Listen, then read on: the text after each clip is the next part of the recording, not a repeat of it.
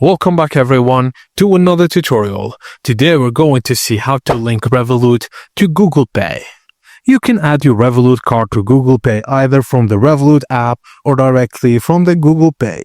If you want to do it from the Revolut app, open it, then go to Home on the bottom menu. Tap the card icon in the top right corner, then select the card you want to add. Tap Add to GPay.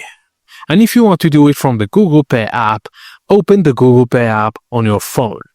Tap your profile picture on the top right, then select Add to Wallet. Payment Card. Now scan your Revolut card or enter the details manually. If your card isn't working, remove it and re-add it, and try using another Revolut card if the issue persists.